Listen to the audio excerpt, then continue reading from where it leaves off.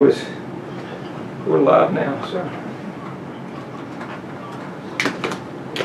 let's get headsets rocking. Hold on, see how this works.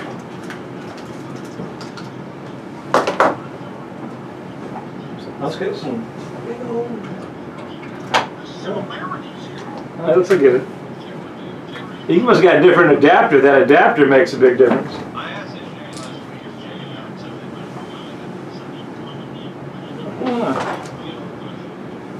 Yep.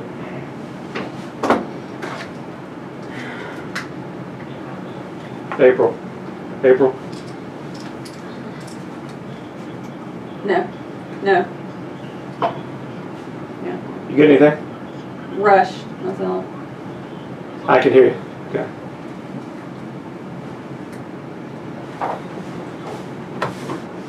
July 4th, Deer Valley. It's the 14th. Okay. 4 to 8. Just say 4 o'clock.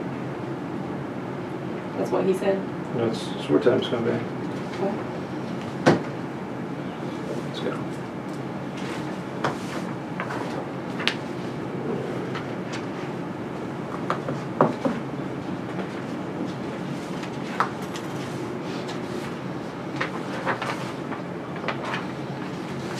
Pen? Don't worry about it. Here.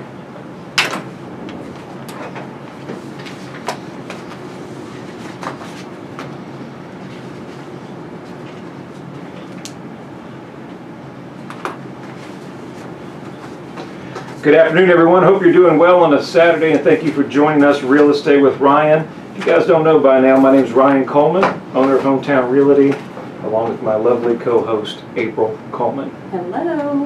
Glad to have you back in the studios. She wasn't here last week, so Oh, no, I wasn't. I was lonely over here. I need some help, but glad you're back in. Hope everybody's doing well. We got a holiday week coming up, July 4th. No, it's on a Wednesday this year. That's weird, isn't it? Yeah. I wonder when everybody's going to be taking time off. I just take it off the whole week. Might as well. You know. That'd be a good opportunity. Any news, any housekeeping issues, April, that you can think of that would be good to talk about? Yeah, let's tell them about, we're going to be having an event coming up for one of our homes, Deer Valley, out in the West Knoxville area. And so we're going to be having a kind of a big party, bring all offers type thing. Don't sugarcoat, we're going to have a party. We are. Guys, we're going to have some music, we're going to have some beverages, we're going to have some food. And we're going to invite you guys to come out. I mean, more specifically, the seller says we're going to sell it on Saturday. Yeah. And that is July 14th. We're going to start at 4 o'clock. We're going to have a band. We're going to have some entertainments. We're going to have some of the top agents in the area there with their clients. Right. And have an opportunity. If you haven't seen this home, it's over $1 million. It's just beautiful, almost 8 acres or plus. Yes. And it's in West Knoxville, gated community. Privacy is there. It's definitely a must-see. You're going to have more information on social media. We'll have more information here on the studios about that, but that is an event that is RSVP. Yes. And definitely call. So if you're interested in this property, then the owner says, bring everybody and let's have a party and get this thing sold. Yeah, so we're going to sell it on Saturday. We'd love to see you there. Love to network. If you had never met me in April, it'd be a great opportunity to come out and chat with us, meet with us. Agents, if you're listening to the show, if we don't know you personally, come on out, talk to us. We're going to have some great prizes, got some great food, we got a great jazz band. I think their names will be released here soon, maybe next week here soon. So follow us on social media. Make sure you like our page. Keep up to date what's going on. Not only the real estate market, but any kind of neat stuff we've got going on. April tried to give away some stuff the other day. Yes. So this is some good stuff. So follow us. Keep us up to date. We're always going to keep you up to date with the real estate market. We like to let you know what's going on, where the market, whether it's moving. We hear everybody it's a seller's market. And I think more specifically, when you've got somebody that does it like we do, we cover a lot of counties, and we're seeing different pockets of the area, and we're going to give you probably the best perspective that we can see. And yes, it's an opportunity. The inventory is down probably. What is it? A normal market was four months inventory. We're at four. Was it four? I think it's about 4 months inventory or 4 months supply, and a healthy market is about 6 to 7 months of inventory to supply. So we still have an opportunity where there's less homes on the market. But believe it or not, I think the broad statement is that the market's booming. You're going to get 5 houses. I saw an article yesterday on the news, or somebody interviewed somebody that talked about that, you know, you're going to get 5 offers. That's just not reality. Oh yeah, definitely. No, I mean in certain areas, obviously, certain areas, right, April, that you're going to get that, and we saw some of that in the spring market. But what we're seeing and what we saw inventory-wise came in April and May. We're getting a late push for the summer. Right. So we're actually seeing an increase in inventory. Yes. And so there's more competition now. And so there's more competition. April and I was talking about that. There's only 2 ways to compete in the market, realistically. And that's either add more improvements, more adjustments, anything that you need to do to the property, make it more appealing, okay? Right. Or adjust the price or more marketing. So I think that that's key. Yeah, because some things you can't change, like if your kitchen's too small, you know, it's a great house and everything's updated, but it's just a little bit too small compared to, you know, another home that may have a larger kitchen. I mean, those things you just can't change. And so you just got to keep that in mind, that no, not every home is 5 offers off the bat, everything's going crazy. Some homes are, it just depends, but not every home. So. Well, hey, we got a good show for you. So we'll get an idea of the topic. It may be a little controversial. Maybe you may like it, may not like it, but hopefully you enjoy it. I think overall, if you're following the real estate market, way you may like it is understand how it affects us in the backyard. So we're talking about the last 18 months, there's been a lot of changes in the political landscape. Obviously, there's been a lot of changing with the new president coming in and some things with the economy. And so our show here is talking about the last 18 months and how has that affected specifically the market, and more specifically our backyard. How has it affected East Tennessee, the housing market, and where do we see that going in 19 and 20? Right.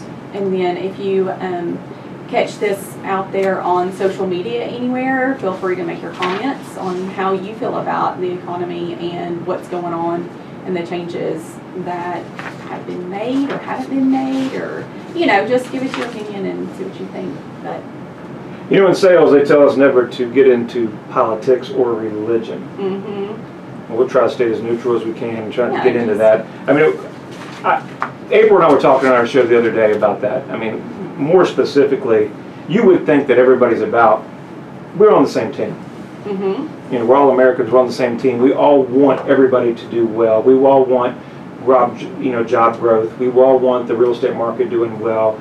We want good trade with other countries. Those are things we want. It just doesn't happen, it seems like. And it always seems like there's going to be a right, left, middle, and there's always going to be a side that will never agree to disagree. There's always going to be, I think that's part of the game. I was saying something yesterday that my cousin said he's a big politics guy. We're not really big politics. You know, we're always for people who are for the country first, America first, and has our best interest. Right. And that's who we're for. But he was saying, you know, Ryan, you watch your sports, I watch politics. And there's a little bit of truth to that. I think part of this is, you know, how many times have we watched the news and the government's shutting down and we're going to shut down and the world's going to collapse, and then they fix it the last minute, right? Oh, it gets crazy. That's a little bit of the drama. That's a little bit of the drama in the game. I mean, and we were talking last week, and I was on a show, we talked about HGTV and a little bit of that topic of how that went over is you've got to add a little spice to the show. You got to have a little drama. Now, the politicians are not going to tell you that's what they do, but it's a little bit of grandstanding and going back and forth with that, but I think they add a little source of drama to make it worse. And of course, the news media cycles doesn't help as well. Yeah, I know. Let's talk about a couple of things that have been done in the economy, things that we're seeing, and things that President Trump has been able to do. So, if you're familiar with FHA is the Federal Housing Administration. It's a mortgage that insures or basically insures those loans. So in the event that you default, the government's on the hook for the difference. Now they do something called mortgage insurance premium. If you haven't followed what mortgage insurance premium is, it's a premium that protects the lender, or in this case, you know, the government that insures it. And they've changed rates dramatically on that percentage of how much you're paying in your monthly payment. Okay. So your monthly payment consists of, you know, principal, interest, taxes, insurance, PITI, right? And then anything that you go over 80% is going to have mortgage insurance to the deal. Right. You know, and so the MIP was set under President Obama for a reduction, basically a 25% decrease. After evaluation, President Trump and the administration said that that was not going to be adjusted, and they kept it that way. Reason for that was that they felt that if the market shifted, if there was any change there, that FHA could not financially cover the defaulted loans. Oh, okay, gotcha. So that was one thing that I think a lot of people that were thinking about FHA, they raised it and we thought it would be an adjustment. They failed to do that, and they felt like that was best for them. So that was one thing that didn't happen. So your FHA's loans are going to probably stay about the same, so something good to keep in mind. Right. What else do you have, April? Well, we were talking about the unemployment rate. That's something I think that's probably a big topic, that the unemployment rate has dropped, and that I think that they're predicting that it dropped to, what was the numbers? I think it was going to drop to 3.6 like it's even going to go lower. Well, here's a rate. Can I talk about the unemployment rate? So in July of 17, I think we're at 3.9 now. I think they were projecting at 3.9. So use this chart back in 17, 4.3. That's a prediction. Yeah, you know, when President Trump was elected, it was 4.6. Oh wow. Okay. Back in 2012, President Obama was in office at 7.7. We go back to the market, and we'll get more into this when we come into the break. We'll talk about this and some rates, but it was at 10% when the financial crisis happened, right about 2009. You guys are listening to Real Estate with Ryan. We're talking about the economy the last 18 months, how it's affecting the backyard here locally in Knoxville. Stay with us.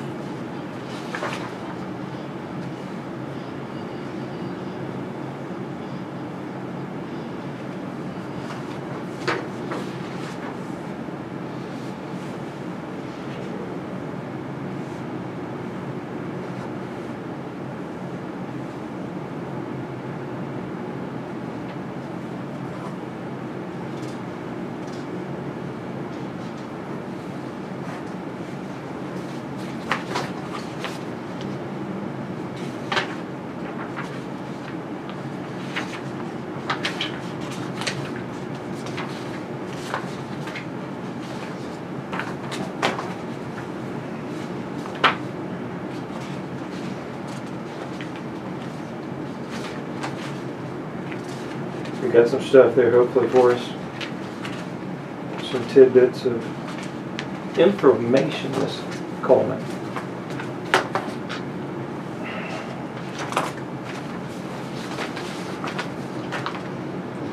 Oh yeah, we're ready.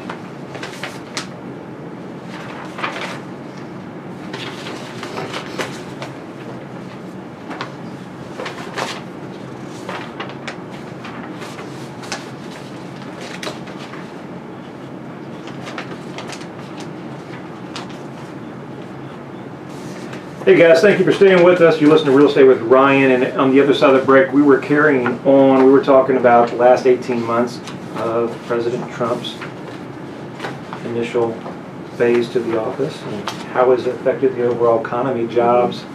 We're talking interest rates, we're talking about unemployment, we're talking about trade, all that fun stuff that you want to talk about that you hear in the news that is nonstop. Really what we're seeing here and how that's going to affect us in the real estate market and where we see it going in 2019, 2020. Right, that's true.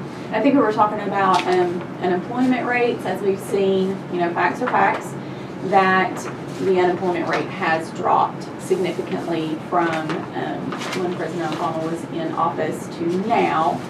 And so we've given you some statistics on that, and I believe that they're saying that it's only predicted to go down even more in 2019 and 2020, if that's not really weird to say, 2020. And so that overall affects the jobs.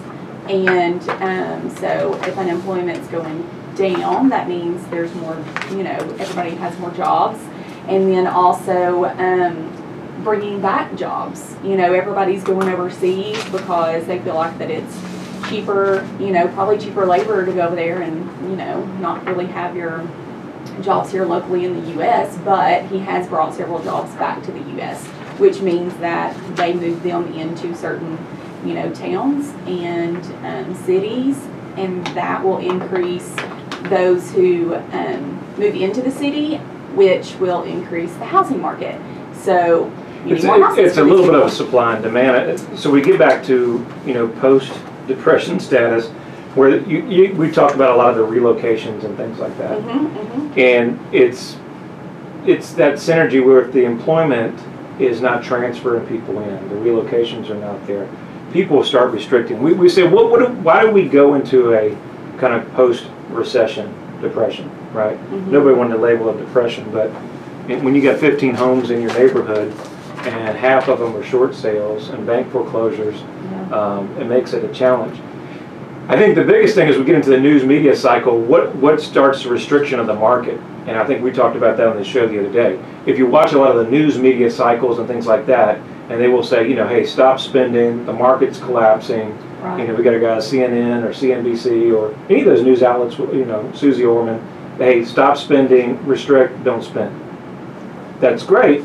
What happens, it causes a ripple down effect into the market. Yes. So more specifically, what happens is, if I'm not going to go spend money, I'm afraid of my job and what we need to do on the job, and I'm afraid I may lose my job, I'm going to restrict. I'm not going to spend. I'm not going to go out to the restaurants. I'm not going to go to the retailers. And we get into a panic mode. Right. So I think more than specifically anything, you have it's something called consumer confidence. And where we're at consumer confidence is, where are we at in the marketplace? How do consumers feel about the marketplace and what's going on? We're specifically where we need to be, unemployment versus where we're here now. Consumers have a sense of confidence. One of the articles that we had was interest rates were high and the mortgage rates aren't stopping sales. So they said mortgage rates hit the highest point in 7 years in last month. That prices have jumped 6.5% since mid-2017. But they're not seeing that the interest rates are even raising or adjusting the sales. Because the consumer confidence is there.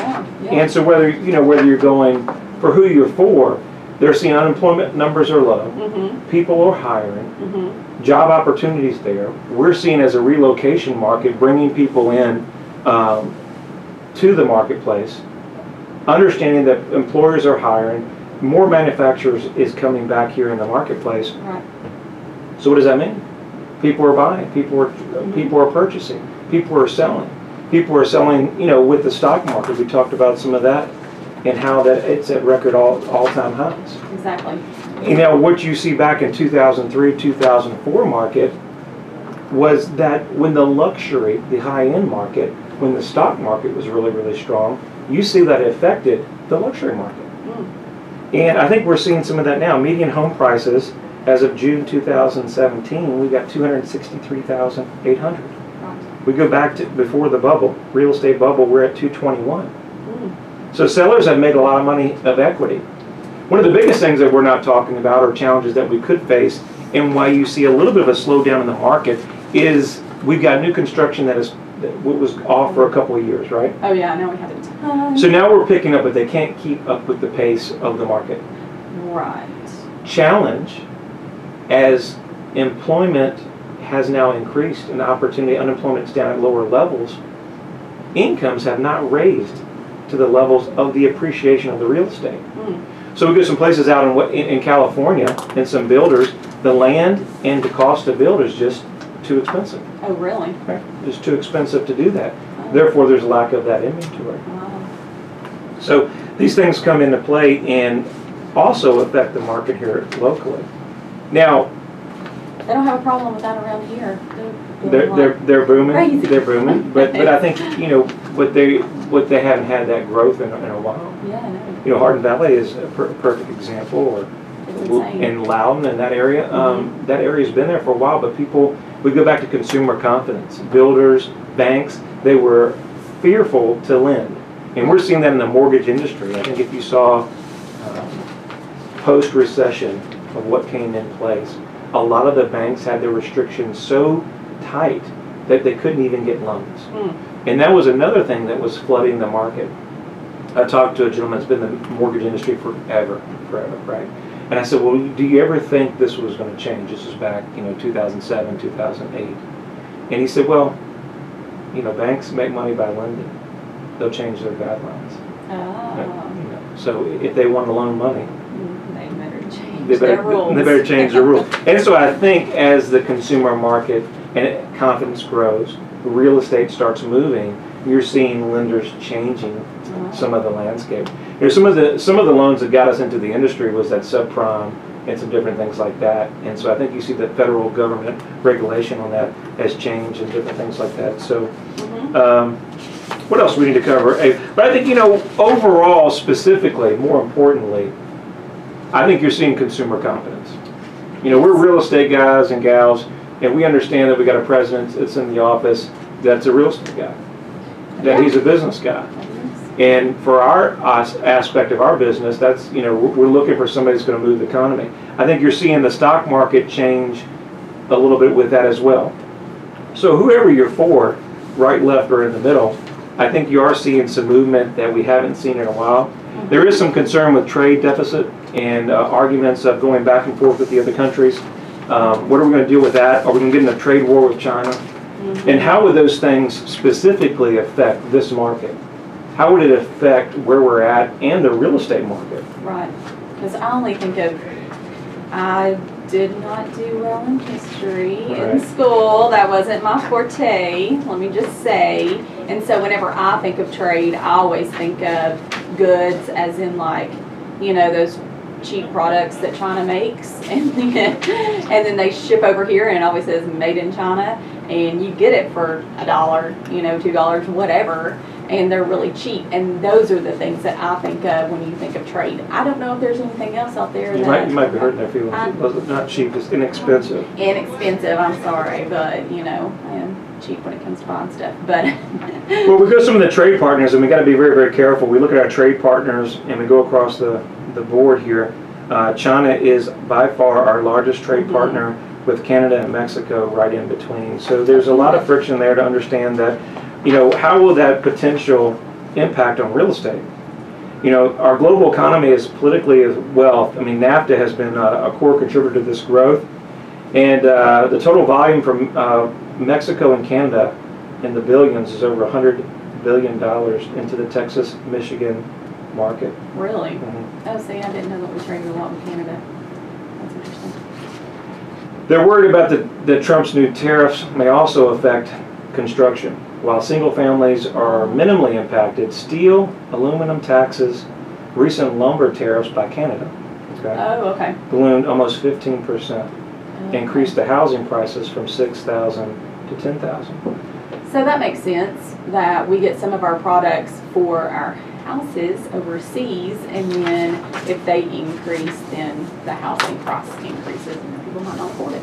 How does it all affect us? There's so many different things that it affects us in, and I think overall what we're seeing in our yard is uptick in the economy. We're seeing mortgage rates change, actually increase, and we're seeing an opportunity that inventory is moving, and there's confidence there. So whether you like it or don't like it, I think we're moving in the right direction.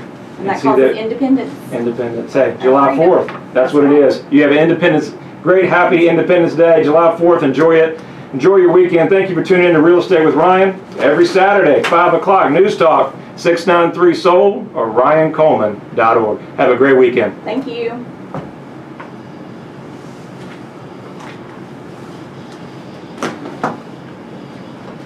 Hey guys, thank you for staying with us on social media. We're recording that show. Hope you enjoyed it. We talked about a little bit about the overall economy. We talked about what's going on in the market, unemployment. We talked about a little bit about rates. We talked a little bit about overall consumer confidence. more specifically, what you're seeing is the economy is that we're moving in the right direction. Consumer confidence is at an all-time high. Unemployment numbers are low. There's still speculation about trade wars and different things like that. I think there will always be that. But if you're thinking about buying, April, you're thinking about selling right now, you can't get a better opportunity. Still a lot of inventory that's come on the market in the last summer months. So more to come. More to come. Hope you guys enjoy the show. Make sure you follow us, watch us. We'll always keep you up to date for that information. Don't forget that great get-together we get together on July 14th out there in Deer Valley in the Carnes area. Love to come see you. Love to come by. We're going to be inviting you. Have that more on the radio, more information about that on social media. So hope to see you. Hope you guys have a great week, and we'll see you next week. Thank you.